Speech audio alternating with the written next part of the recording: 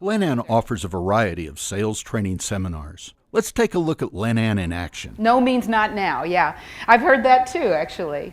And some people will never do business with you. But the connection can be good. The conversation can be longer. But it doesn't start with fundamentally going at them. You say, oh, so you've got somebody you're working with. Wonderful. Who is that? He says, I'm working with XYZ. You say, oh, XYZ, I know them, or I don't know them, or whatever is true. You don't disagree with his use of XYZ. You don't say anything bad about XYZ. Even if you know something bad about XYZ, the most you can say is, oh, XYZ. When someone makes a connection with you, it is terribly important that you follow up quickly and not just one time. Have a methodical way of following up with your prospects that come to you. And certainly if you're doing outreach, follow up systematically and methodically with the people you connect with there. You know, it's a very fine line we walk because you have to be willing to take no for an answer at some point. But the problem is, too many people take no for an answer so early on that they've made no connection at all.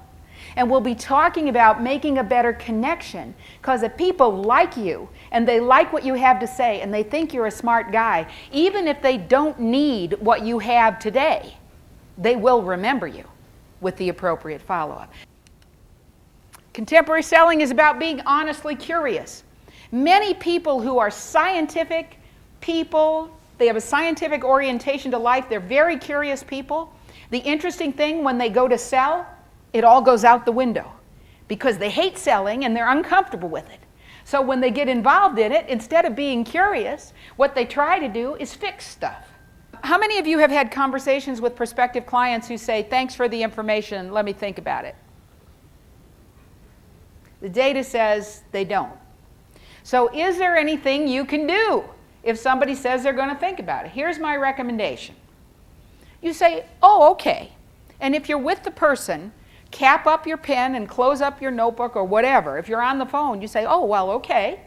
You want to think about it. And then almost as an afterthought say, what was it you needed to think about, Fred?